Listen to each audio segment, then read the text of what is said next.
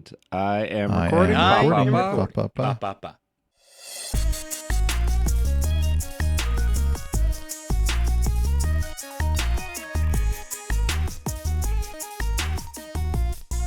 What's up, everyone? Welcome to the 684th episode of the Pokemon Podcast. It's super effective. I'm your host, Steve. With me is Bobby.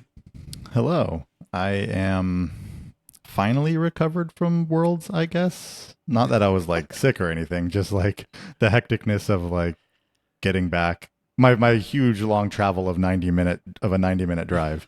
Just getting back into the swing of things and stuff. But I think I'm finally getting back into the real world, which is, I don't know, a bit sadder than it is at Pokemon Worlds in some ways, in good ways, in other, it goes back and forth.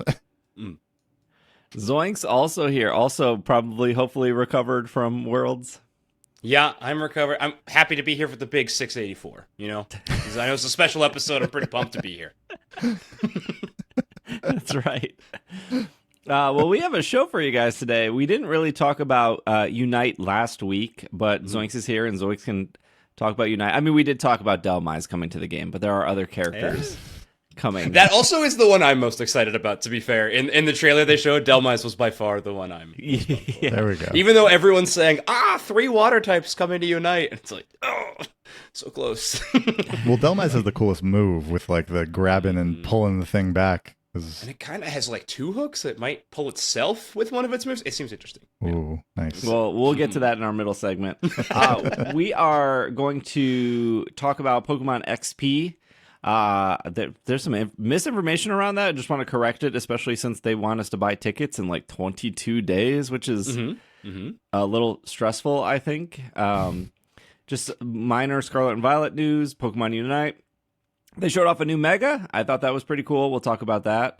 And then they announced a new TCG Pocket set, which should surprise no one at this point since they are pumping out cards left and right. And then some of our listeners will be very mad if we don't talk about Pokemon Sleep. So we will talk about Pokemon Sleep. And then if you stick around for our bonus segment, we'll just have like another recap of Worlds, especially with Zoinks. I have no clue how much of the show floor Zoinks actually saw since they were commentating all weekend, but we'll get to that in the bonus segment. Yeah, I'm trying to remember how much I saw, so perfect. It'll give me a whole episode to remember, and we'll hit that at the end. I like that. Worlds weekend was just a pipe dream, just Yeah. in and out. Well, speaking of Worlds, it looks like, we talked about this last week a little bit, I know, but at Worlds, they announced Pokemon XP or Pokemon Experience. I'm not sure I haven't heard anyone say it out loud yet, but True. They really like that XP branding. So we'll go with what either is okay right now. That'll be at the Moscone Center in San Francisco from August 28th through 30th. Registration, as we are recording this, is 23 days, 21 hours, 48 minutes, 37 seconds. So just do the math when this episode comes out and you'll figure it out. PokemonXP.com if you want to see what we are looking at. We didn't have all the information when we recorded last week. Shout out to the couple people who signed up for the Patreon because we had to pay the late fee for being late to the studio. Much appreciated. Okay, so this was my takeaway as somebody who's been to 6 or 7 Worlds. And I feel like I've been saying this since Nashville Worlds, which was 2018, and then DC Worlds was 2019, and then COVID happened. I remember saying this very vividly, especially with the DC Worlds, of like, they are slowly turning this into a convention, and people should feel like even if they don't care about competitive, they should go. Because there's Pokemon Go stuff. You can play, at least at the DC Worlds, you could play Masters early. There was like a scavenger hunt you can do. There was side tournaments. You could play Pokemon Snap on a CRT. There was like a bunch of things you could do at DC Worlds. And then I was like, you should go. And then COVID happened. And then... Great recommendation, Steve. Yeah, look what you did. And then Worlds came back, but then it was in London. And then it was in Japan, and then it was in Hawaii. Not that like only Pokemon players play in the US, but at least for our audience, it's majority US. So to be like, okay, the thing I was telling you guys to go to is now back, but also in places that are not maybe affordable or easily accessible. And then this Worlds was Anaheim is pretty easy to get to for most people, I think. Especially for Bobby. They definitely called Bobby up and they're like, is 90-minute drive okay?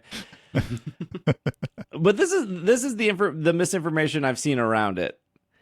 I don't know why people are trying to say that this is like a brand new event. Pokemon XP is just Worlds. That's all it is.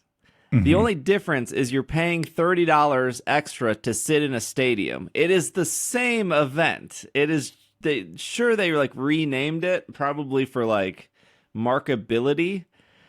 But all these TikTokers and everything who definitely have not been to a Worlds are being like, this brand, it's just Worlds. That's all it is. You shouldn't be confused by it. It's just Worlds, except it's more expensive and you can pay $30 extra to sit in a stadium.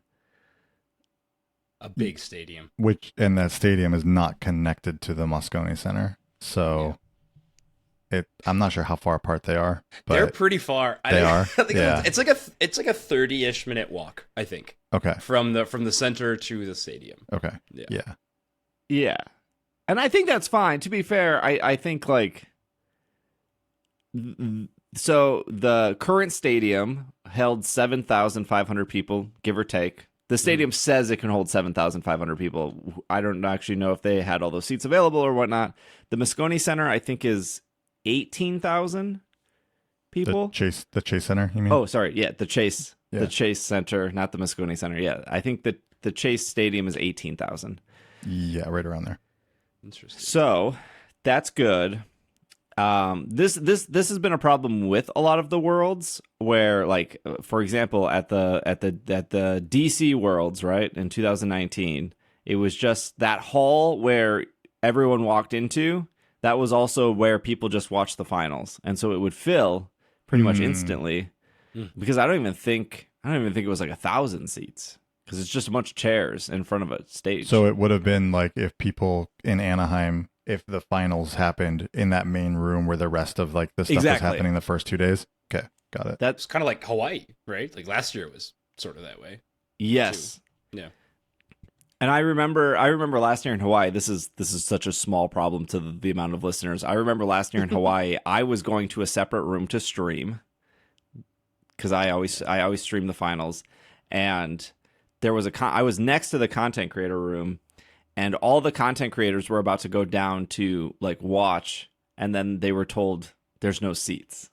But then they couldn't go back to the content creator room because they were closing that room down for the day. So they literally just had nowhere to watch it. Bummer. Wow. And there it was no like, overflow go back to your rooms? hotel and turn on the TV. Wow. Yeah, the Honolulu Convention Center was something for Pokemon Worlds. It was very cool, very pretty. It was very small for that event. But Yeah. So let's talk about pricing. Pricing is if Pidgey, which is like the early bird, and they don't even say. Yeah, they do not state that is what it is anywhere. They're just like, hey, get on board or get off. Listen, this is what we're doing. We don't know if there's an early bird limit or if it's only like the first week. Like they have no things. But early bird pricing for the Pidgey is $120 or $150 if you want to go into the stadium on Sunday. That's the only difference of these tickets. So you're getting your 2 booster packs, you're getting your pin, you're getting your lanyard, you're getting the 3-day event. It doesn't look like there might be single day tickets, but those aren't available here. Right. So that's 3 days. $30 the $30 extra dollars only gets you a seat in the stadium, and then if you miss the early bird, which they don't say when the early bird ends, we're like, what's happening? I think they just say it's limited, right? There's a little Pidgey pop out and just says it's probably a first come first serve. Yeah. So it's $150 for the early bird, and then it's $180 for not the early bird. So again, it just depends on and what you want. I think if you're going for the weekend and you're going all 3 days, you should probably just spend the extra $30 and get the stadium ticket, right? If for some reason you are leaving on Sunday, or you can only do Friday or Saturday, or whatever, if you can only go one day, obviously don't get the stadium ticket. Don't spend the $30. But if one thing to say though too is, if you don't want to go to the arena and you just want to stay in the Moscone Center all weekend, you will get to watch the finals from the Moscone Center with like the non-arena pass. So it does say you can still experience the 2026 World Championships at the Moscone Center. So you just watch it on they probably have some overflow rooms, and you'd be able just to watch it on a big screen or something, but you wouldn't be in the arena. Because that might be, some people might not want the arena experience. It's possible that they just want the Pokemon XP experience and then ability to watch on Sunday if they want to. Zoinks, were you in the arena casting, or like where did they have you casting? So I didn't cast from the arena this show. For Unite we only have one match, whereas like TCG and VGC, they have like the 3 age divisions, right? Mm-hmm. So we just had Spraggles and Doofsnacks casting the grand finals. I did do the winners interview on stage, so I did have one job in the arena on Sunday, but not too much. But I did get to watch from the arena and stuff. But this Worlds was kind of unique in a not my favorite way. Normally, the World Championships are kind of unique to the ICs, where the casters are out in the crowd during the tournament weekend. They didn't have that this year. So I think just the space in Anaheim for where the stage was and how much they needed to fit all the players into that one hall, there just wasn't space to set up like caster booths for each game. And then the Japanese cast as well, like around that seating area that was in the like normal hall venue. So they had us all backstage, kind of like they do in the international championships. They got us like in a booth hidden away in the dark. But Got it. yeah. But yes, on Championship Sunday, the casters were, that like big long walkout where the players would walk out and the fireworks would be and everything. Mm-hmm. The caster booths were on either side of that walkout. So the English commentary team for whatever game would be on one side, and the Japanese commentary team was on the other.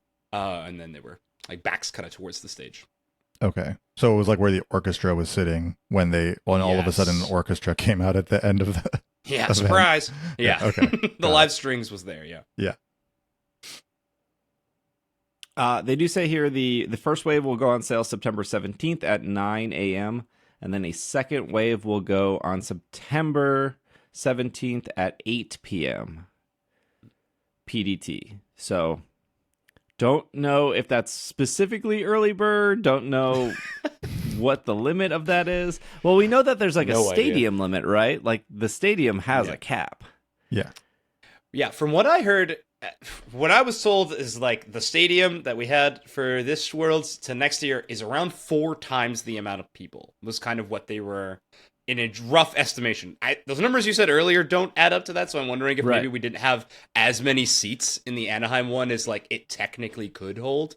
Just with, like, a lot of the space taken up. Like a lot of the floor seats were removed for like setting up for live strings and all that stuff. So I think that's likely the case. But They also didn't have like the entire top section of portions of it available to sit. I think just because of the angle of where it would have been based on what was available. But there was definitely large portions of the arena that there was no one sitting in.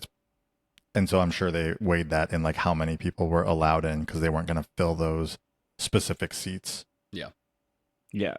So if they were only using, 4,000 to 5,000 of the seats, that would make sense if this was like 4 times the amount. Yeah. Yeah.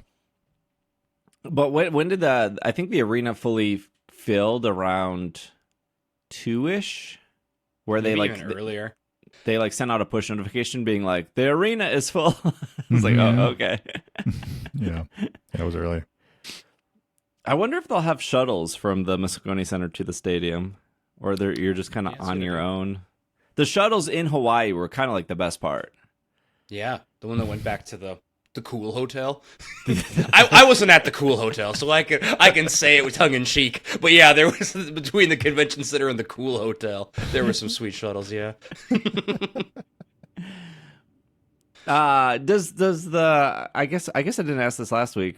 We'll start with Zoinks. Does the price increase bother you? Does that stand out at least? Like we went from $11 a couple years ago to $40 for Hawaii to $100 for Anaheim, and now we're pushing what $150 if you get early bird. Oof. Yeah, I don't know. I guess yes is the short answer. It's a lot of money to pay, but on the other hand, it does feel like maybe it should have costed near this much beforehand. Like they're leveling up the conventions. That seems like pretty standard convention pricing to me, as far as I understand some other big conventions. But either way, I do think it's a lot of money. It's pretty shocking how fast it's moving up. I hope we're hitting cap somewhere soon. At this point, I hope we're not increasing year after year, but I think $30 for an arena ticket or something makes sense to me. It's like an all-day ticket pass for that, right? Like you get to see multiple games. If you're only interested in one, that's fine. You could see that one game and the closing ceremony, which is like, I mean, a lot of people's, maybe most people's favorite part of the World Championships is like the big closing ceremony with all the announcements and stuff. Like I don't know. I think that price on the ticket is fine. The overall weekend price, though, I think is pretty large. Mm-hmm. Yeah, I think if you were to tell me I could pay $30 and I'm locked in and I have a seat in the stadium, right? Like that feels good. Versus there were I talked to so many people that were just concerned of how early do I have to get to the stadium? I don't know if I want to sit there all day. Like, what if I leave? Like, when's a good time to go? When are we going to run out of seats? Like, that's not a great experience at your event to just be concerned if you are going to get a seat or you're going to get locked out of the stadium, or if your friends are going to get in, or maybe they don't like Unite. Those I don't know who those people are, but maybe they don't want to sit through Unite or sit. Get them out of there. Why are they going in the stadium then? TCG is a little hard to watch for somebody who's never played TCG. Mm-hmm. And that's the longest segment of that stadium. Yeah. But they got the cool, looks like from the Yu-Gi-Oh anime, for crying out loud, on that stage, though. That's cool. They got like the cards coming up and moving around. It's crazy. Yeah, I wish the Twitch broadcast really showed how cool the floor was. I mean, like Bobby, you were there. Was it as cool as everyone says it was? Yeah, I mean, I wasn't there for TCG. I got there when VGC had started. But it was cool because they would show like the terrain changing if there was like a terrain, change, or I think people were mentioning like when they did like Trick Room, like the floor like went all, wild with that and stuff. So it was just cool how they were able to make it all just change whenever they needed to. And being able to see like each of their teams on the floor as well and see those was cool. So yeah, it was definitely a good experience. And it is a bummer that, Twitch, that they weren't able to show it on Twitch. One note on the teams on the floor. This was the same for Go and for VGC. I remember we didn't get a first look as casters. We didn't get a first look at the arena until much later, like maybe like the night before. And I remember a few casters from both of those titles being kind of concerned because, well, in this format, like you have a team of 6, but you only bring a limited amount of Pokemon to each battle. Mm-hmm. And that's kind of hidden information until it's revealed, right? So they're like, well, what if they just, take a bit of a peek over to the other side of the floor and see what Pokemon are there? But they thought of that too. Basically, when a Pokemon was not revealed yet, it would just be a Pokeball on the stage in that spot. And then it would like do the cute little like Pokeball shake it does every now and then. Like there's a Pokemon waiting, ready to battle. And then as soon as it was revealed, it would be shown, which I thought was really cool, nice touch. And it did that for Go and for VGC, which was sweet. Yeah, that was cool. They have a list of activities on the website, which it says join the fun at Bay Area's Moscone Center and Yerba Buena Gardens. I don't know where the location of that is, but they do try to do outdoor free stuff for people who don't have a ticket. Also, like this year, at Worlds. I don't know if we mentioned this last week. They really love DJs. They had a DJ in the Pokemon Center. They had one over by the stadium. They had another one by the food trucks. I think there was another one somewhere else, but like they really doubled down on the DJs this year. Which sure, whatever. But anyways, Steve hates DJs, chat. Don't worry about it. Real quick though, before we get like any comments about this, the Yerba Buena Gardens is part of the Moscone Center. Oh, okay, So, okay. They're, right in the same area. Yeah. Okay. Well, they're saying they're taking advantage of that. They are also saying on the website there will be a pop-up Pokemon Center. No surprise there. But it does say the opportunity to shop at this exclusive store requires an event badge. There we go. That would be the first time ever they're doing, well, yes, I think that would be the first time ever they're doing that, assuming that they're doing that. Because I remember the first time they had they had a Pokemon Center back in, the first Worlds I went to, I think was 2011, which was like the black and white. And there was a Pokemon Center, but it was the size of like a hotel room. And I remember there was a line of like 100 people all night, literally all night, sitting in the hotel hallway to wait for this like small hotel room to open up. And that Pokemon Center closed in about 2 hours for the entire weekend. They were out of stuff. No. That was it. And they didn't have like a lot to begin with. They had like, I think, play mats and some dice and like not a whole lot. And the Pikachu plush or whatever, the skateboarding Pikachu plush. It was the year where Pikachu had a skateboard. Yeah. Before Team Skull was revealed. It was a very Team Skull looking like Pikachu. Anyways, the next Worlds I went to was the Nashville one, where I remember the Pokemon Center I think opened on Thursday, and I got there Friday, and I remember walking through that Pokemon Center, no line, nothing, just walked right on in, no appointment needed. And the only thing they were sold out of two things. I think they were sold out of the bandanas, because I think there was like a Mudbray bandana, because Mudbray was featured for Nashville. And then they were sold out of the backpacks. And that was it. But that Pokemon Center wasn't like really, really big. It was like kind of like a long hallway with merch on each. Like it was a big Pokemon Center for being for the time, I guess, because I don't even think PokemonCenter.com was like a website at that point. And then the DC Pokemon Center was kind of the same. It was like maybe twice the size of the Nashville. And I remember getting in line and maybe only waiting in line for like 30 minutes. And then I got in and it was great. And that was like the first day it was opened. And then later on in that weekend, you could just like walk right back in. No appointment, nothing, just fine. What a time. And yeah, now times. Never again. Now it's just like the nightmare of like fighting just to get in, even though you're like on time for your own appointment and you still can't even get in because other people are like trying to get in early. So it says you need a badge this time. I think that's good. Yeah. I think that's necessary, especially after this last year. I mean, to be fair, I don't know how many people entered the Pokemon Center in Anaheim that didn't have a badge, but I have to imagine there were a lot of people who did not have access to Worlds who just wanted to go to that Pokemon Center. And I don't think it's bad if you're about to spend $150 to go to this event to have a little more security that you'll be able to go into the pop-up Pokemon Center and spend even more money to now get you're getting it. some of the merchandise that's there, I think that I don't have a problem with that. I 100% agree with you, Bobby. And I hate playing devil's advocate, and I don't want to play devil's advocate. But I do think of like the person that's just like, all I want is a t-shirt. Like you shouldn't have to spend $150 to then spend $20. Yeah.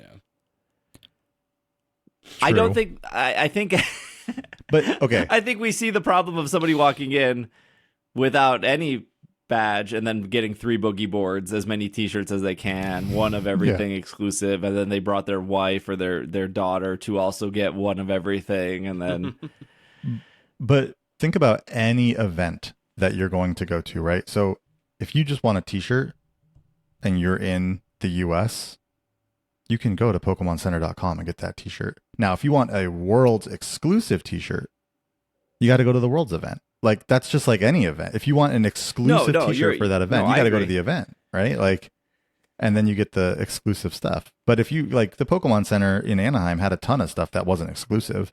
And like, we could have just bought that stuff online if we wanted it. Yeah, that was my rule.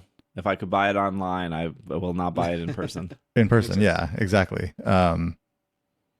I had a similar rule, except that my son's birthday was like a few days later, so I was like, okay, I need it now because it won't ship in time for his birthday. And you forgot, so yeah, you're like, I gotta do this now. No, I just knew it was going to be available.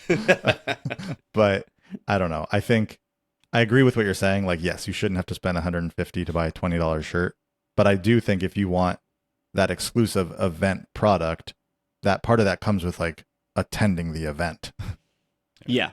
I think there's I think you're right. I think spending all that money to go to a Worlds to then go into the Pokemon Center and have nothing be available is a very souring experience. Yeah.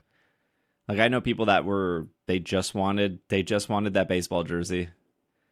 Nothing else. And that baseball jersey was like the most high in demand item. Which color me shocked. I did not think that was going to be like, I thought the varsity jacket would be the in demand, but it seemed like almost everyone who wanted a varsity jacket got a varsity jacket. Yeah. There's gonna be one person commenting on YouTube that they didn't. I'm sure somebody didn't get it, but for the people I talked to at the show, it seemed like everyone who wanted that jacket got the jacket. But the jersey was the jersey was in demand. Anyways, other activities here. They said that there's going to be panels with special guests, creators, handcrafted cosplay stuff.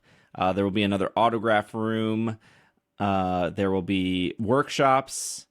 There was like a crafting workshop, I think, at one point. They said meet special guests. The play lab will be there, and that's all they say. So this is pretty much everything that was already at Worlds. Nothing with a stamp rally, nothing with a pin rally, although both of those seemed wildly successful. I just think it's a little weird that they want us to buy tickets in less than a month. Yeah.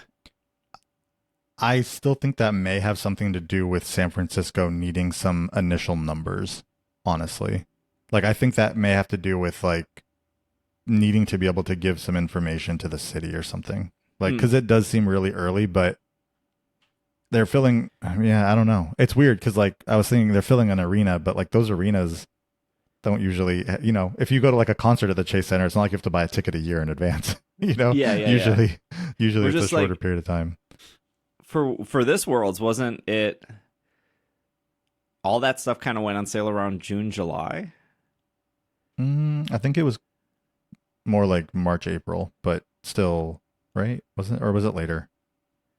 Because Pokemon Center reservations were much later than initial tickets. True.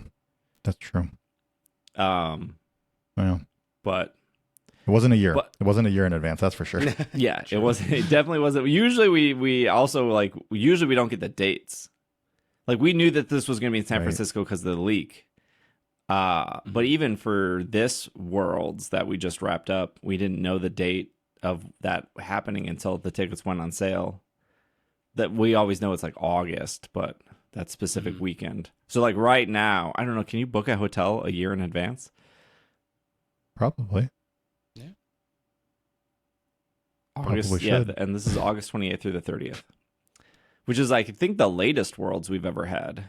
Mm-hmm. Yeah, it is a late in the year for sure. Yeah, it's usually mid-August, right? Yeah. All right. Well, there's your information about Worlds. Hopefully that cleared up Pokemon XP. Hopefully that clears up anything. Yeah. I guess if you want to, I will say, I did check. It says nothing about refunds. So, like, putting $150 up front for something that who knows where you will be in a year. I feel like so much can change in a year, whether like you move, you get a new job, like I don't. I guess we'll find out when tickets go on sale. But there says nothing about like you can refund your ticket after. It only says like it says like if you're a media member and you buy a ticket and you get approved for media, we will refund you. But it doesn't say anything for like the normal people, normies. I don't know what your refund situation is. Isn't it say the same thing with competitors too? It's like if you do qualify as a competitor, you'll be refunded or whatever. Yes. I remember seeing that somewhere on the website, but Yes, Yeah. it does say that in the like extra facts. It does say that. Yeah, but if you're a competitor, do you buy the stadium seat assuming you're going to lose? So then you sit in the yeah. stadium? You can't put that out there. I mean, if I'm a That energy out competitor, there. yeah, there's no way I'm making it to Championship Sunday. You kidding me? It's a small miracle I qualified for Worlds. I'm for sure getting the Championship Sunday stadium thing. So just to go along with that competitor getting refunded, it does say qualified players who compete in the 2026 World Championships will receive a complimentary Pokemon XP pass for themselves, as well as 2 additional named guests, and will be eligible to have those passes refunded if previously purchased as well. So, yeah. Nice. All right. So either do really good this year and qualify and get a free pass, or pony up $150 in 23 days, I guess. Yeah. Those are your options. Yeah. And who knows how long the Pidgey pricing will last. Oh, good luck either way. Yeah. Yeah. There's so much information so quickly, but also not enough information. Just enough to make you panic a little bit. And click on the website. All right. Let's take a quick break, and then when we come back, we got some Pokemon Unite, some Mega Victreebel, some TCG Pocket. We will be right back. And we are back from our break. Before we get to Unite, just a reminder that you can get your shiny Chien Pao, and your shiny Wo Chien. Both are available through Mystery Gift. You don't need any code. You don't need Nintendo Online. You just have to have an internet connection. But you'll go to the Mystery Gift, get via internet. It'll show both. Also, both will come with Terra Shards. So Wo Chien was defeated 6 million times. And I know we talked about in the podcast whether, like, you don't have to defeat the raid boss at all to get these distributions. You just have to connect. But great work to our proud troopers who did. So thank you so much for the 6 million defeats. That was huge. And then Chien Pao was defeated 5 million times. So 1 million people were slacking on the... Including this guy right here. Yeah. Did not do the Chin Power. All present. Yeah. Yep. But I did redeem them. I did. So for anybody who's giving me reminders, thank you for the reminders. I have redeemed both of them now. So when Ting Lu comes around to redeem, you'll have to give me more reminders. But for now, I've got the 2. Ting Lu should be, let's see, it should be September 5th is when you should be able to redeem that. And then Chi Yu should start on the 31st. So Right. if you want, I think Ting Lu is the easiest. I did a video of a bunch of here's the thing. This is, I don't know. One, I like doing videos because I like showing people different mechanics of Pokemon, even though like a lot of Pokemon work for a lot of raids. You might not know that something works or doesn't work. So a mechanic that you might not know of would be like Grass Knot. Grass Knot would do 120 base damage to Ting Lu because Ting Lu is so heavy, which is the equivalent to a Solar Beam. But you don't have to set Sun to make Solar Beam work. You can just use Grass Knot. So that's cool. And then there's always people that'll say, I completely destroyed it with so-and-so Pokemon. So this Pokemon that I'm thinking of, I also like to prove people wrong. This Pokemon I'm thinking of is Lurantis or Superior. And I was like, yeah, on paper, that seems like it makes sense. But it was actually really slow compared to other Pokemon. So my video shows, like, look at these Pokemon are way faster. So if Vileplume can beat the raid 3 to 4 minutes faster than Superior, and all you want is Herba Mystica, 3 to 4 minutes per raid is a long time. You could squeeze in a Unite match.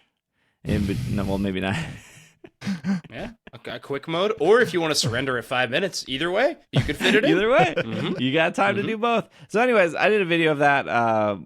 Again, there's a ton of Pokemon that work, but I at least like people to walk away from my videos being like, oh, I didn't know that that's how Grass Knot works, or I didn't know that this combination works, or I didn't know that this was an ability. So, ideally, that's why I do those videos.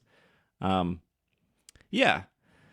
What I don't know about is the state of Unite. No, but that's why Zoinks is here. They announced 3 new characters, and I was told the stadium was very excited for Piplup. Oh yeah. Piplup got a lot of energy for sure. I'm trying to think back. So we've done these like trailers, multiple worlds. London, I think we just showed off like the new map. I don't even remember if we showed off a few new. No, we did show off new Pokemon coming. Either way, I think Sprigatito got a huge like excitement celebration in Yokohama. Psyduck, people went crazy for Psyduck in Honolulu. Like, that was a big reveal. People were pumped about that one. But Piplup might be like the biggest reaction that we ever got. Like, people were very excited for Piplup. It's, yeah. It unfortunately does evolve into Empoleon. That's okay. There's no Eviolite held item in Unite yet. However, we have theorized a lot about it. But those are the 3 new Pokemon coming. Steve, I know as a Cramorant fan, it did, the World Championship team did pick it in one of their matches on day 2. I did hear later it was a misclick. They did not mean to pick that Pokemon, but they did win the game they picked it in. So That's great.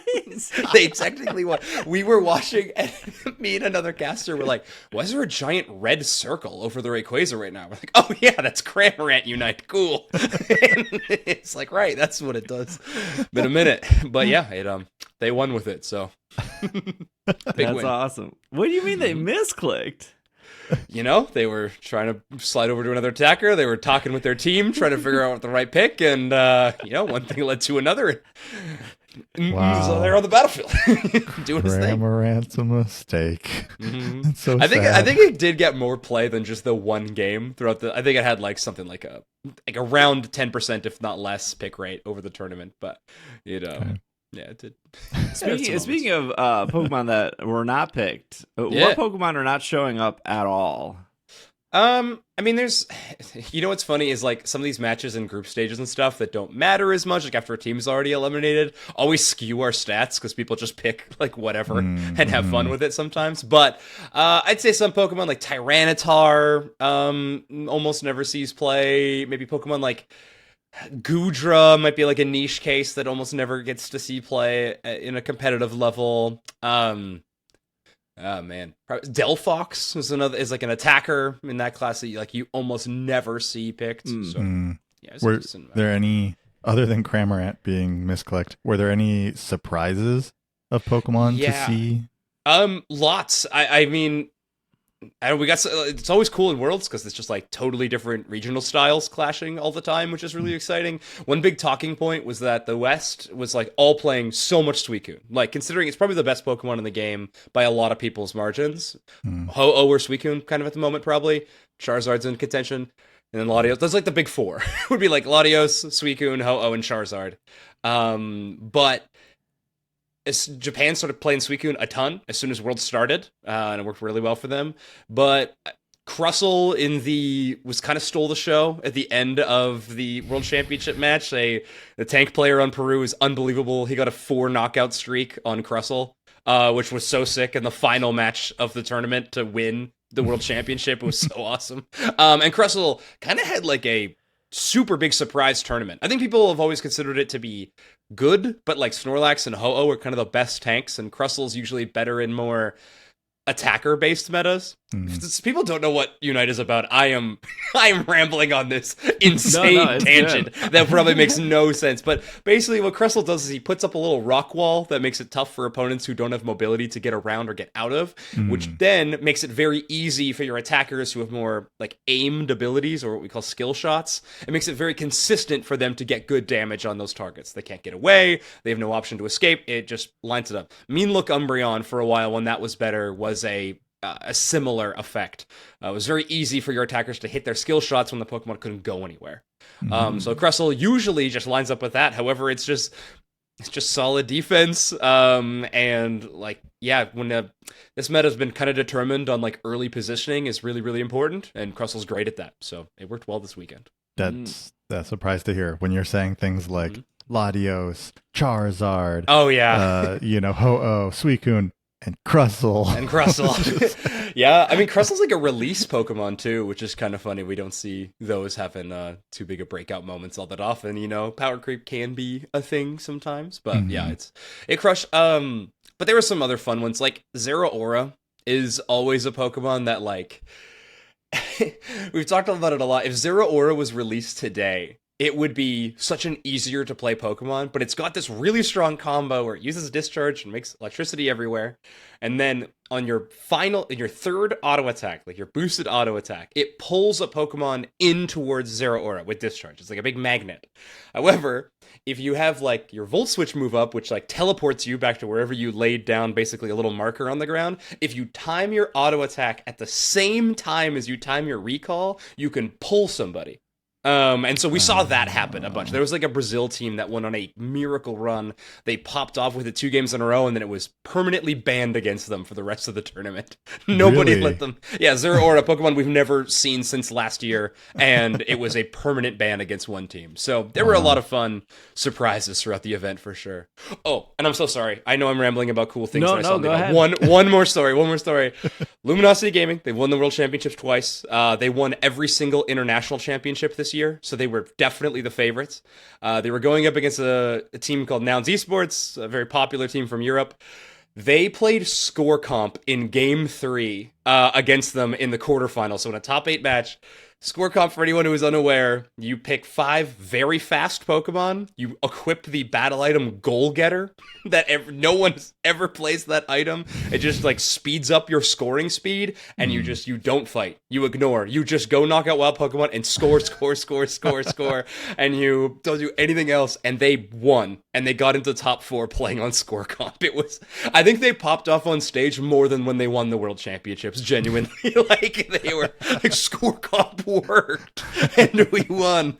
It was pretty amazing. Some of my friends, cool. Kello and Danley, were casting that one, and when they drafted it, like, they have our caster POV in the draft screen so like we can react to it, and Kellosaurus's reaction to seeing Score Comp is perfect. Like, she's like, like full on epic thumbnail face. It's great. So yeah, that one was a pretty fun match. Nice. That's cool. I have some notes here. It looks like we're getting Palmy on September 4th. Yeah. And then Empoleon September 19th. And then no dates for the other ones yet. Correct. I don't know if you all talked about it. The most recent developer letter that we had, I don't think it got brought up on the podcast, but it was a lot of really good news for us. In the most recent developer letter, one, it just said until December. Well, they just committed as like going forward, but at least until December, they're hard committing to 2 Pokemon a month. So, which is so much more than we have gotten. They've kind of taken a break on our game the last year, I guess. I don't know.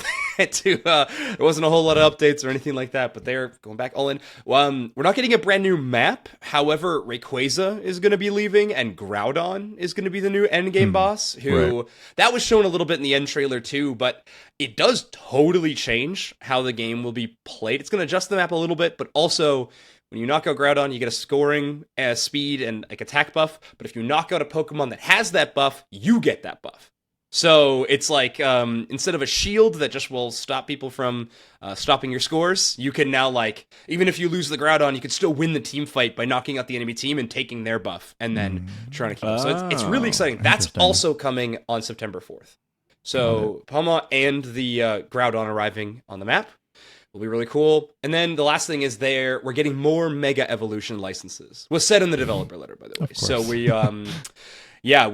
don't know exactly how they'll work. Like, if they're going to be their own unique license, like if you could play as Lucario or you could play as like Mega Lucario or something, for example. But I'm not sure. I think what people are thinking is that it might be like a rework sort of system, or maybe a held item. We don't know.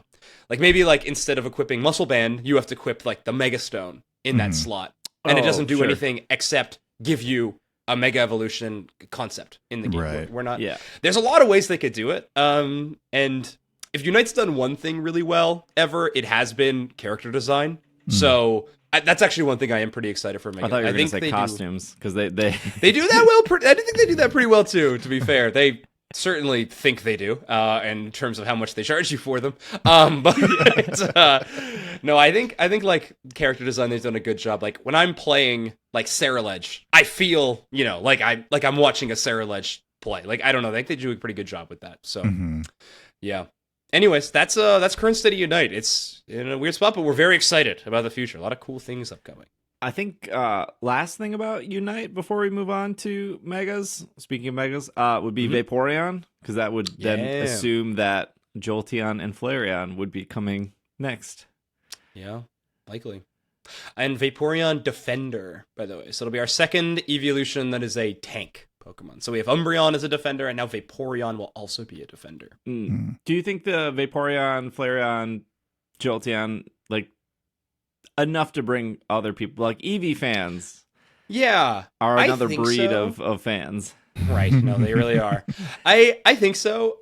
We have like the Eevee festival in game like once a year. It's kind of become like their like one of the annual events that happen in Unite, and I would be kind of shocked if we don't have another evolution around that time, but they usually do a pretty good job of promoting it. And I think Vaporeon's the best one to start with. I think it's like the most popular out of those three. Yeah. So yeah, I think they got Piplup to bring people back. You got Delmise for the weirdos like me, and then you got Vaporeon being the other one. But I just think Delmise is a cool Pokemon, so I'm excited for him. Delmise is so cool. Our third Grass Ghost Pokemon in game, which is great. Just keep adding them up. All right.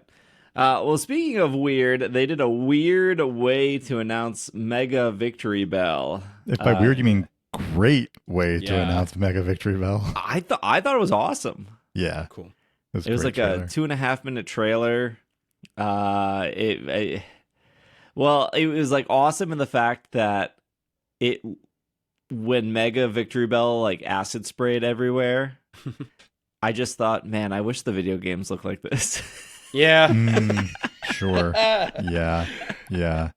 Well, like it looks so good in the animation. You're like, yeah, the game doesn't look this good, but yeah. Didn't true. the Legends Arceus, where the researcher found Hisuian Zorua and Zoroark and then like died or something? Yeah. That also had like that was also like a animation like that as well, wasn't it? Mm-hmm. Yeah, similar. Yeah, but this trainer did not die. Right? Didn't even Scarlet Violet, they had like for Greavard, they like showed like almost a little not quite a horror, but that was more like spooky trick or treat kind of vibe of the video. Where like Gengar was popping out randomly, and then all of a sudden you saw a candle on the ground move, and you're like, but Greavard, and I think didn't they do something for Grafai too? In like the forest and forest, right? And the paint in the forest. Yeah. Less like spooky horror themed for that one. Right. Yeah. More like, oh, this forest looks really cool, and then you get to Scarlet and Violet and you're like, oh, it only runs at like 12 frames a second. Yeah. Man. That forest would have been so cool. This trailer kind of reminded me a little bit of when they introduced the Ultra Beasts in Go. Those little like 30-second like found footage trailers that they did. Yeah, those were good too. The Cloverfield trailers too. They're really good at doing like found footage thriller horror type trailers. It's like their sweet spot. So it says Mega Victreebel, the volume of this Pokemon's acid has increased due to Mega Evolution filling its mouth. If it's not careful, the acid will overflow and spill out. Still known as the Flycatcher Pokemon, it is still grass poison. It weighs 276 pounds, 125 kilograms, 14 feet tall, 4.5 meters. That's pretty much How tall? all. 14 feet tall. There's no 14 way it's feet 14. tall. I refuse. There's no way it's 14 It didn't look feet 14 feet tall in the trailer, but I don't know. They've not been doing a great job. The Pokedex has never been wrong. No, but they've not been doing it. Like, Steve, remember we talked about this multiple times. The Onyx in the trailer also looks like the wrong height. It's like the height of the trainer. Oh, So- is this where we complain about the Onyx for the next 30 minutes? No, but I'm just saying, like, they haven't gotten their heights to trainers correct, like when they show them off. Yeah. Oh, Steve's and right then- at saying 14 feet tall. That's crazy. Zoinks, did you play ZA while you were at Worlds? I didn't. No, unfortunately, I never got around to standing in the line, and I never had a time booked. So I did watch a few people play. Thought it looked pretty fun. Really enjoyed y'all's coverage of it on the podcast, but I never got a chance to play it. Mm. Yeah. I liked that Mega Absol fight. Looked cool. And Same. then I liked watching Bobby fight it when I finished. I was like, ooh, I get a show? My show is on.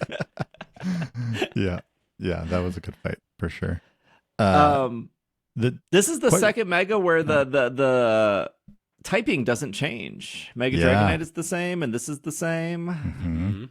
I think that's what makes Mega Ampharos one of the better Megas. Because it's just Ampharos with hair. So that's Beautiful already pretty hair. good. Beautiful. And then they add the dragon typing, which is great. Not that Mega Ampharos was like ever good competitively or anything like that, but I think that's why people maybe gravitate to Ampharos, because the typing does change, and it is I think it's one of the more cooler Mega designs. Yeah. Yeah. Agreed. Yeah, so maybe they're just saving. They just don't want to show us any type changes yet. Just kind of keep it with the stuff that stays the same for now. But what I was wondering was, because you know how in that trailer they go up the stairs and then you hear it mega evolve, right? You hear the Victreebel like mega evolve in the room, and the room like lights up, and then it comes blasting out the door. And like Kool-Aid Man's the My wall, question yeah. was, did that trainer mean to mega evolve Victreebel, or was it one of those like rogue mega evolutions? Because he like couldn't get control of it once it was mega evolved, right? And then it like goes back to its normal Victreebel self like at the end of that trailer. Yeah. So I If was that wondering was- if it was like on purpose or not that he like mega evolved it in that house. If that's a teaser of like one of the Rogue Mega Evolution fights, that'd be pretty cool. If you're Mhm. in like a haunted house trying to fight a Mega Victreebel, and I don't know how fun it'll be to be like kind of a maze hallway-esque fight, but it could be fun. Well, so the trainer battles are like in like little Right. hallways. So, Perfect. Yeah, they're a little tight. It's on brand. a little tight, yeah. I like how they went with it, even though it was like in a haunted house and it was like spooky. At the very end, it's just Victreebel like smiling, and it was just like, "Whoops, I'm sorry." I spilled. Yeah. Yeah, it was I good. like it. I also just like a huge shout out to fan art. I don't know how they work so fast. Just like Mhm. within like 20 minutes, there was already like amazing fan art of like Dragonite and now Mega Victreebel. Yep. They're just like at their desk waiting. They're like, I think I'm ready so. I'm ready to draw. Yeah. It is my favorite part of any Pokemon like species or just form like debut is just seeing all the fan art for the next few days that come out of it. It's always so good, and I'm so jealous or envious that I don't have those artistic skills. Yeah. Yeah, I think I like the way they're drip feeding content for Legends. Like it's enough, but not like Sun and Moon where it was like we're getting a new Pokemon once a week. Yeah. Yeah. It's tougher with this, right? Because like we're not going to get a bunch of new Pokemon, right? Like, do you even think we'll get like regional forms of any kind, or are we just going to get a bunch of new Mega Evolutions and they call it a day? Gosh. Well, X and Y has disappointed us before. Mm. I would hope regional forms. I like regional forms. Yeah. Yeah. Yeah, I don't know. I think maybe not. I think it might just be some more megas, and that's kind of it. Yeah. It'd be a bit of a bummer because the regional forms, they kind of stick with you, right, throughout the years. And then if Mega Evolution's not a gimmick that they continue like into Gen 10, then it's just it's left behind again with Right. Oh, they're more leaving it behind megas. again. There's no, no yeah. So it's like, but if Scorched they earth. had regionals, that would continue potentially into Gen 10 and beyond. But at the same time, even like Hisuian regionals made sense because it was ancient. But in the assumption that this isn't like, do we know when this takes place compared to X and Y? Did they say that? How many years They later? have not said yet. Yeah. So if it's not like that many years later, then it's like, well, how come they didn't find these regional forms before, since we've been here before? Well, I think Good it's question. safe to say, could be wrong, but this would be really weird if I was wrong on this. It's safe to say that like all the megas would be coming back, so whatever has a mega would be in this game. But the question I have is like, okay, well, Mega Rayquaza is probably definitely in the game.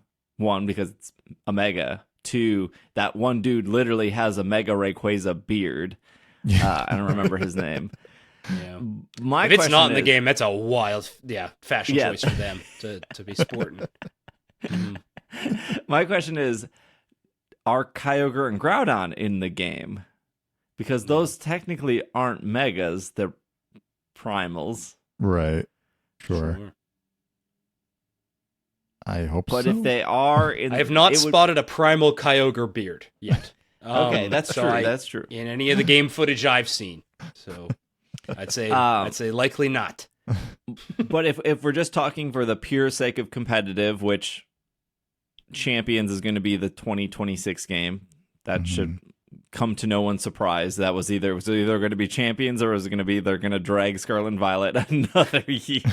Kicking and screaming for another year.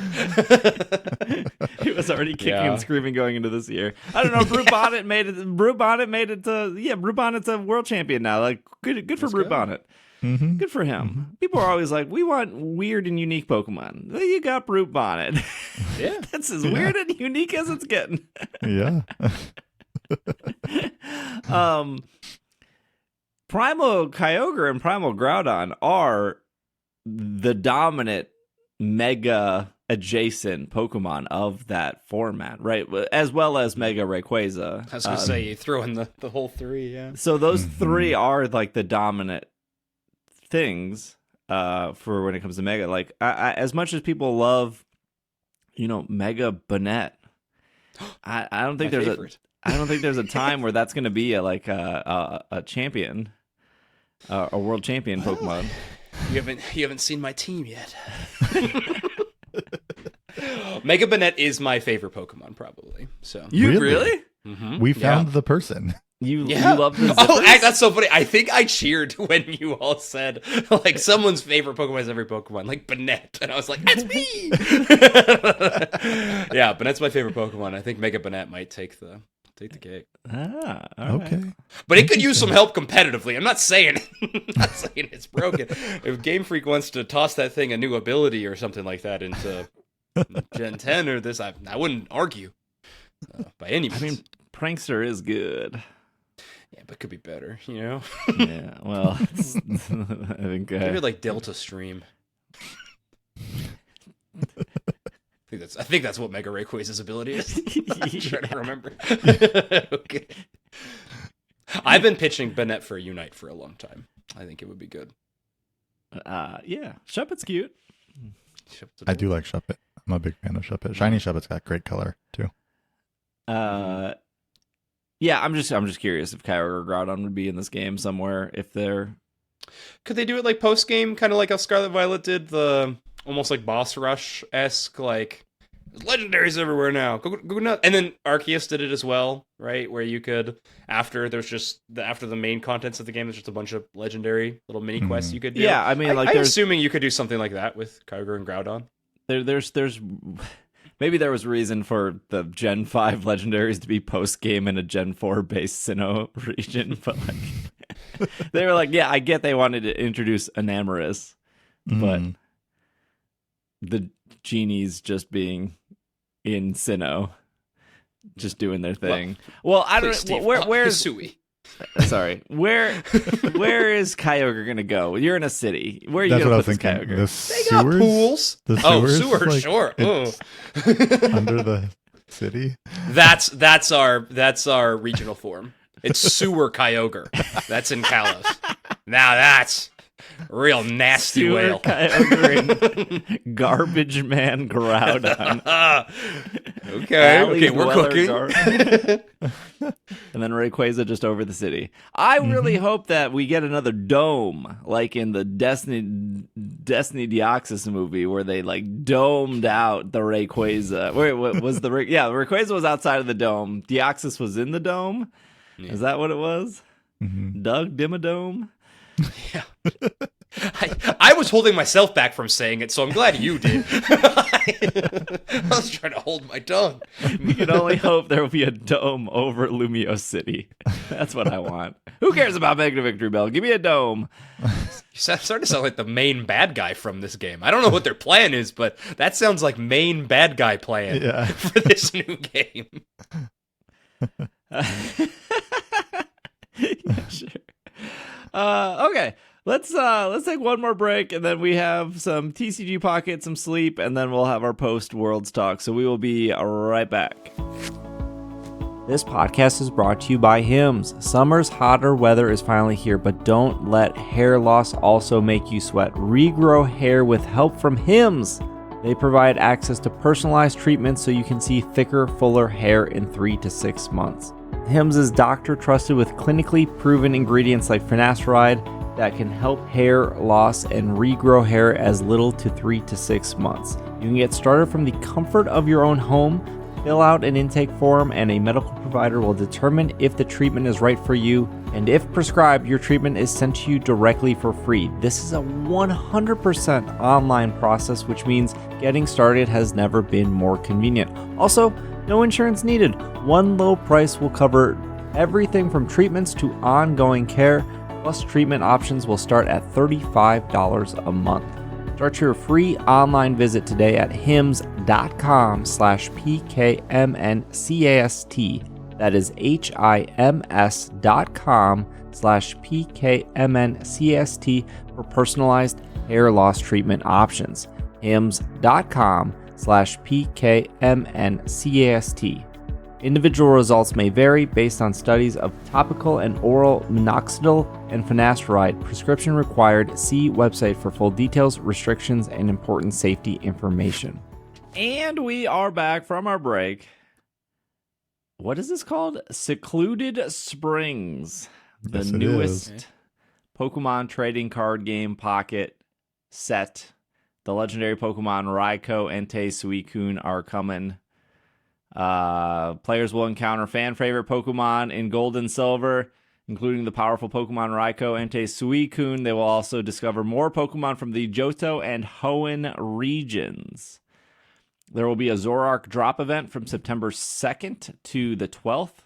There will be Bonus Week from September 6th through the 13th. There will be Wonder Pick event from September 13th through the 23rd.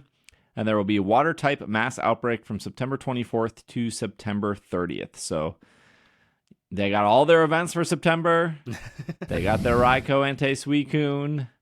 They're printing a Mantike card, another baby card. So that should be your 6th bonus card. Oh, another 6 bonus pack. Okay. Yeah. I'm not a fan. Really? Milotic come in. Yeah. Milotic is I like Milotic's ability. I think it's heal 60 damage from a water Pokemon when it evolves, when Milotic evolves. Once during your turn, when you play this from your hand to evolve, you may heal 60 damage from one of your water Pokemon. Yeah. It's good. Yeah.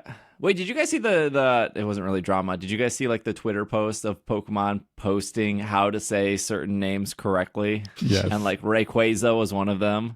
Yeah. They need to do one for Milotic because people keep saying like melodic or it's just melodic. It's just Milotic. That's all. It's just Milotic. Milo-tic. It was so funny seeing the Rayquaza one because it's been like drilled into our Unite heads for 3 years, like to say on broadcasts correctly or whatever. Yeah. So it's like, I was just like, welcome back to our suffering that you can all join in because I don't want to say it like that either. But it is what I've been told. However, there are a few Pokemon I refuse to pronounce correctly. Like Which I will ones? never I will never say Aegislash correctly. Like over. Oh, Aegislash. Isn't it Aegislash? Get Yeah. out of here. Not once. Like, There's an A at the beginning of its name. It's gonna have Aegislash. yeah. Aegislash. I think Reuniclus is how I normally would say it, but it's like Reunicelus is like technically the Reuniclus, pronunciation. Yeah. Ugh, Mm. no thanks. But Thanks, you said Pokemon. We'll you take it said, from here. You know what I mean? I didn't want to. I didn't want to correct you. You said Cerulege differently. Is Cerulege in Unite? Yeah, Yeah. it is. Is that how you say it? Is that what they told you to say? Cerulege? You said Cerulege. Oh, they haven't told me how to say anything in many years. Like I said, they've let me kind of go off my own. So, okay, well, how am I supposed to say Cerulege? Is that the correct one? Or I is don't it know. I don't know if it's Cerulege or Cerulege. I can check Cerebi. Well, I would be the person to ask, I think, but I unfortunately do not. But they definitely doubled down on the Rayquaza for you guys. Yeah, for sure. Oh, yeah. Yeah. Well, yeah, and that was early days, you know. Yeah. They should have. What they should have done is done Arceus. Oh no! Oh, yeah. That would have created all kinds of things. Yeah, it was fun. It is funny. They've done that segment on like regionals broadcasts and stuff Oh, have before they? and everything, but it's just because it was at Worlds and on the main stage, it just got so much traction that it became like a social hype thing. It was kind of cool. According to Cerebi, it is Cerulege. Okay. So I think it's Cerulege. And then it's Arm Rouge. Rouge. Yeah. That makes sense. No, the Arceus one doesn't even like it's not even people saying Arceus or Arceus it's always the people being like, the fun fact is like in Britain arse it means butt, and they didn't want to like, it's just that conversation where I'm just like, oh brother, yeah, we've heard it a million times. But like, it is Arceus in Japanese and it is Arceus everywhere else. So like for that's like the one Pokemon where like I'll debate somebody over Aegislash or or like Milotic. Don't even start. But like at least Arceus, the Arceus makes is at least like the Japanese way you would say it. Sure. Because Okay. most legendary mythical Pokemon are the same worldwide. It's just like the way they pronounce it might be a little bit different. Yeah. Speaking of Cerulege, by the way, that Pokemon in Japanese is the coolest. It's Soul Blade in Japanese, which I think is just awesome. Like, that's is so awesome. metal. I love that. That is awesome. That's Yeah, I great. knew that because when it was coming out, I was talking to some of the Japanese Pokemon Unite commentators, and like we can't, talk too like because there's obviously a language barrier. We're doing a lot of pointing at pins and stuff, and I'm like Cerulege, and they're like, Soul Blade? I'm like, You're like, yeah. Yeah, it is. Forget whatever I just said. That's the Pokemon's name. That's good. That's real good. TCG Pocket. Oh yeah, that thing. That game. Okay, so I know we talk about this every time we bring up TCG Pocket. The trading is awesome, not because of the token stuff, but because of the Wish list. The wish list. Mhm. Two things though: half of my friends list they haven't updated their wish list. I will trade know. you stuff. Yeah. If your you're wish list listening to going. this podcast and you're playing TCG Pocket, just Oh no. go into your binder and click on the cards you are missing, and then click on the little heart. And then we know, Bobby and me know that you're missing that card, and we can trade it for you. And then when we offer that you're missing Flareon EX, you can see our hearted cards, and you can be like, oh, Steve's still missing that Magmortar from Space Time Smackdown. Actually, I think I did get the Magmortar. Finally. Little trick, or not trick, but something that I didn't realize until I accidentally clicked trade on someone who didn't have any cards showing. You can have a wish list, but not display that you have a wish list, because if you don't go into your profile and actually set at least one card to be displayed, then it won't show that you have a wish list, right? It just shows like blank space, and then you can click trade, and when you click trade, the wish list will pop up. Right? So I was only trading with people at first that like I could see like Their 3 wish little list. cards next to their name because I Yeah. knew, oh, you have a wish list. But I didn't realize that if you don't have those 3 little cards there, you can still have a wish list, but you're just not displaying that to like What other option people. is preventing that? It's just like you have to go into your profile and like set a card to be displayed. Oh, in maybe your I profile- don't have. Do I have 3 cards next to my name? Think you do? I don't remember if you do or not. But if you go into your profile, if you click on the little emblem at the top middle and go in there, there's a section now where you can put 3 cards, and those are those are the 3 cards that will be shown when you're scrolling through your friends if they want anything. And then once you click trade, then it'll open up their thing and you'll see their entire wish list. But if you don't have any cards there, it just shows up blank. But you could still click on them and then see their wish list, Yes. even if it was blank. Okay, Mhm, interesting. exactly. Interesting. Yeah. I don't use the trading feature near as often as I should. Should. You Almost really none, should. to be honest. So I really should. Yeah, there's a few things I got to go fill out. I'm such a bad Pokemon fan. I've never been a collector in any fashion. In any game I play, I'm like, give me the cards that I need to play the game with. Other than that, I could not care less. And Pocket's changed that a little bit. There's some pretty cards in there that I do like having, but I have not been trading as much as I should. So you're saying that you didn't complete the pin rally at Worlds? No, not even close. Yeah, I think I have 2 of the. Was it 7? 6? 7. 7? Yeah. Do you have the at least- Pikachu? Nope. Bummer. Like I have the Same. staff one and the Murkrow one. Those are the 2 I have. Nice. I got the Toad School, the Toad School, and then the Murkrow. The Murkrow.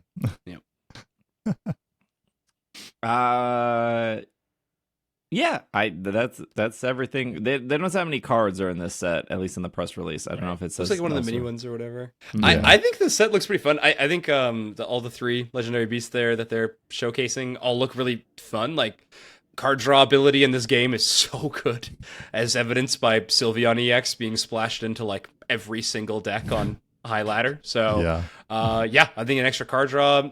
All of their attacks are like fine enough that the ability combined with the attack will make the card good. Mhm. So yeah, I think it'll be. I Yeah. think all 3 of them seem really strong. Yeah. We're going to get 1 immersive card, right? Because it's usually 1 immersive card per pack art, and there's only 1 pack art for this set. So I Okay. don't think the immersive card will be one of the beasts, I don't think imagine. so? Because I don't think, unless it's Suicune, unless they just do Suicune for the immersive. Yeah. But yeah, I guess they would. Is the pack art usually the I think immersive? so. Well, they had Guzma and Lily Oh, yeah, for that's the right. one, right? Which is So- what if they do a Mantike? You know, Man, the one type baby immersive. Pokemon, and now it's an immersive. Oh my word! Like we're so I- tired of everyone complaining that there's so few Mantike cards.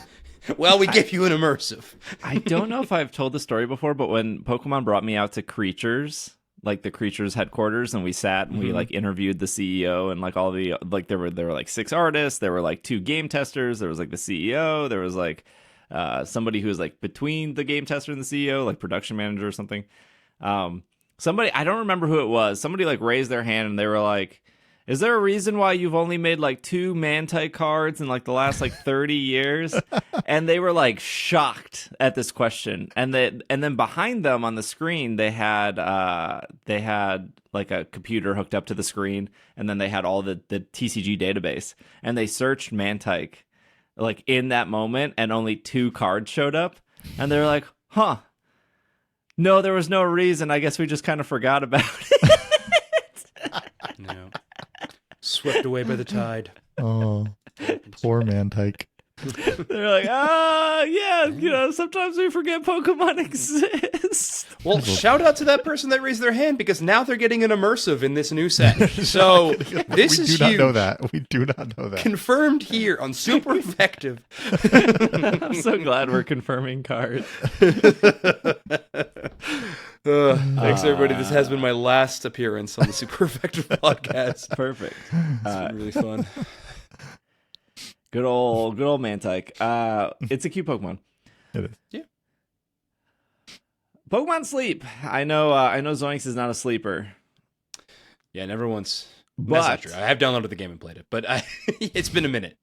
But Entei, Suicune, and Raikou are also coming back to Pokemon Sleep. It tied into this TCG. I don't think there was. I think they like to have things lined up. I don't think it was like completely intentional, but Yeah. maybe it was. I like to imagine it wasn't, and they like walked out of their respective offices and were like, "You, you guys are also doing that? Sweet." The Unite team didn't get the memo, I guess. Yeah, well, they're not in the offices; they're in the basement, held. Yeah, next to the IT room. That's why they're down there. Most areas, including Greengrass, are undergoing massive environment changes. Raikou, Entei, Suicune are active, so seeing those Pokemon more often than usual. This event will start on September 8th through the 15th, and then September 15th through the 22nd. It'll be 2 weeks. You go to Greengrass, Cyan, Taupe, Power Plant, or Greengrass Expert. And so when this podcast goes up, it'll be, what is it, like Fire, Water, Electric week triple week or something like that to prepare for this event. Yes. All Snorlax, the Snorlax in areas will have Greppa, Leppa, and Oran set no matter where you're going. So that's like really cool, especially if you're going to go Expert, because Expert it's randomized and you can prepare for that. Week 1, main skills will be boosted by 3. And then week 2, main skills will be boosted by 5. Obviously, the skills have a cap, so you can't go above the cap. And then week 2, a bigger Snorlax will appear.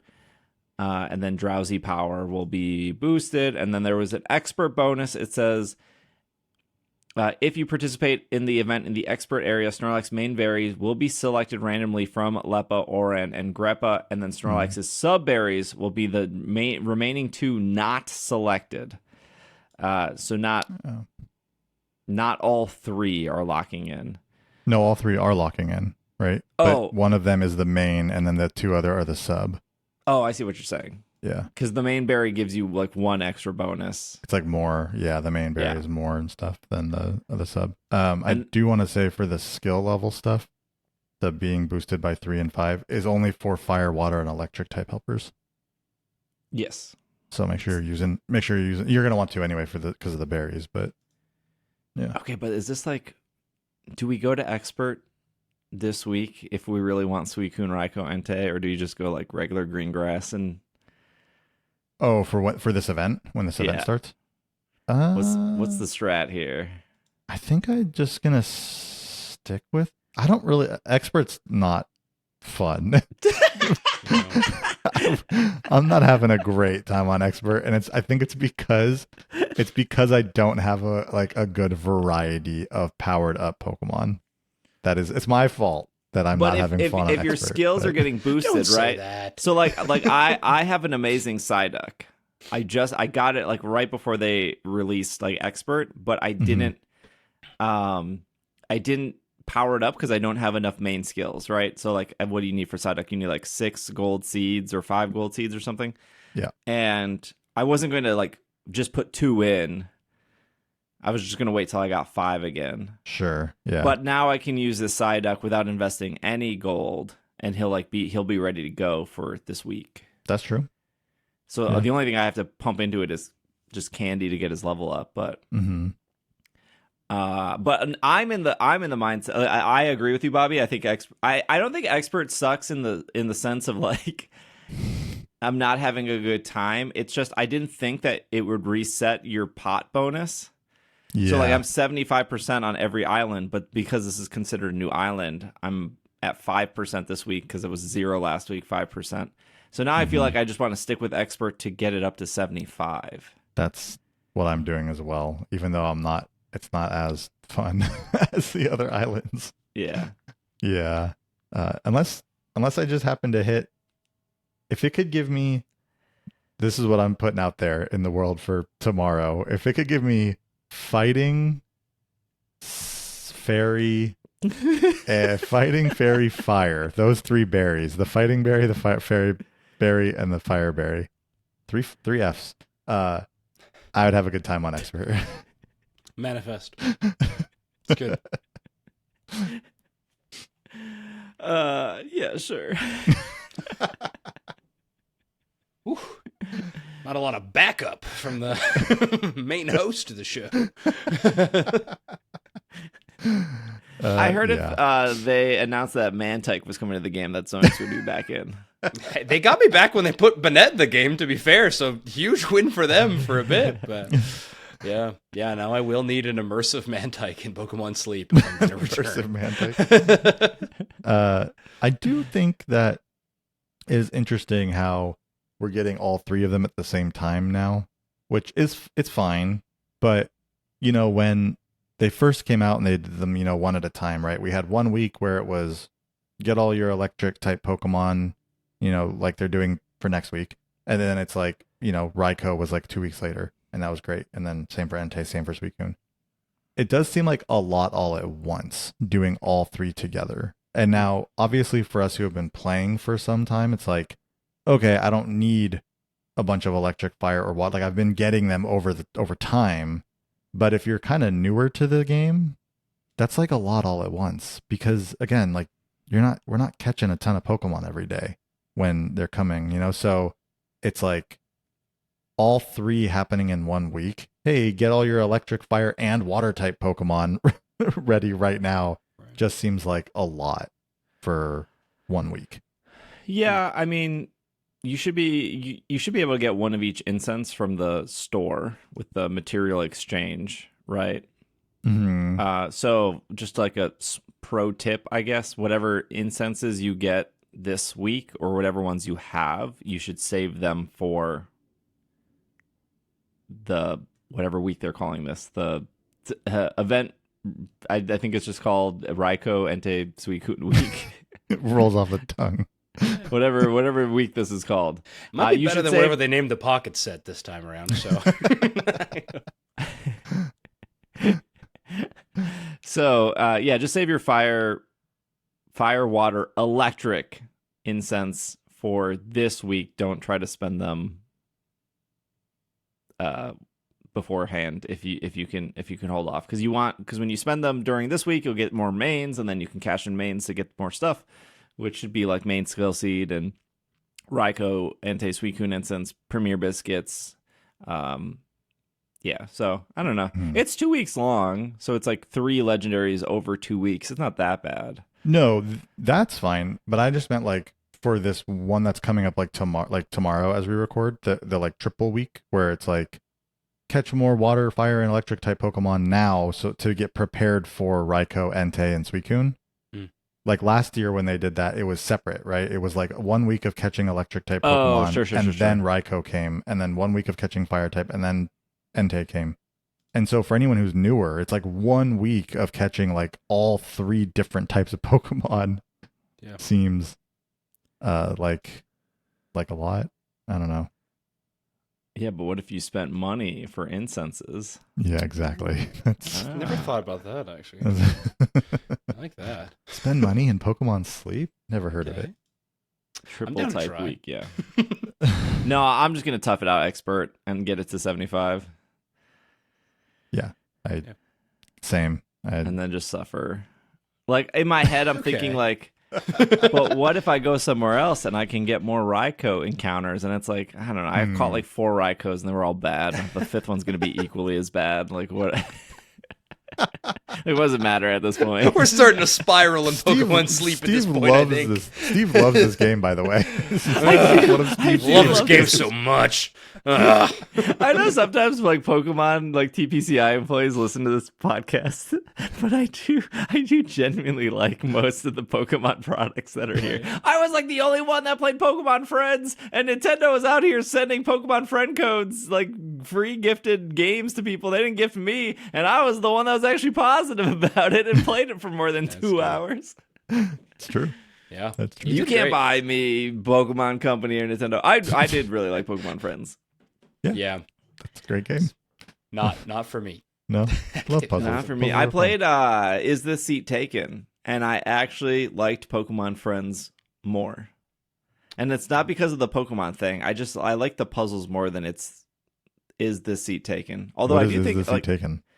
it was like a $10 game they showed in the Nintendo showcase. Oh, okay. It's a puzzle game. I like puzzle games. That's why I like Pokemon Friends. But Steve's getting free codes to hand out as the seat taken.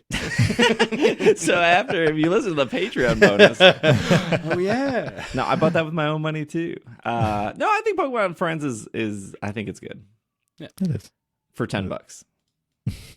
I don't think you should spend the 33. I think just spend the 10 and you're fine. Yeah.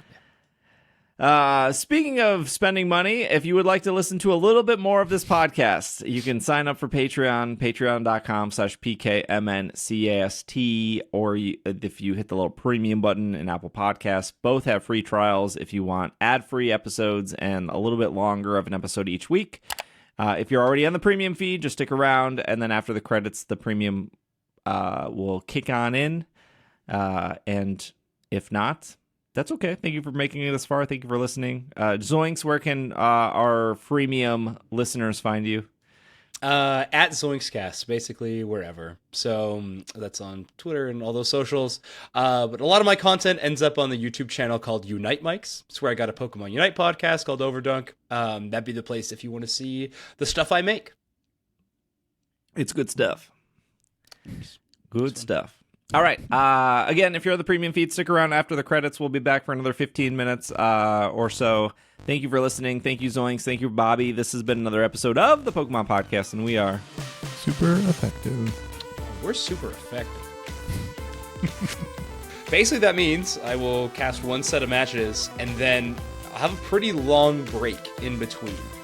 So I can walk the show floor. I can go watch the matches from out in the crowd, which I really enjoy doing, or just like meet up with people.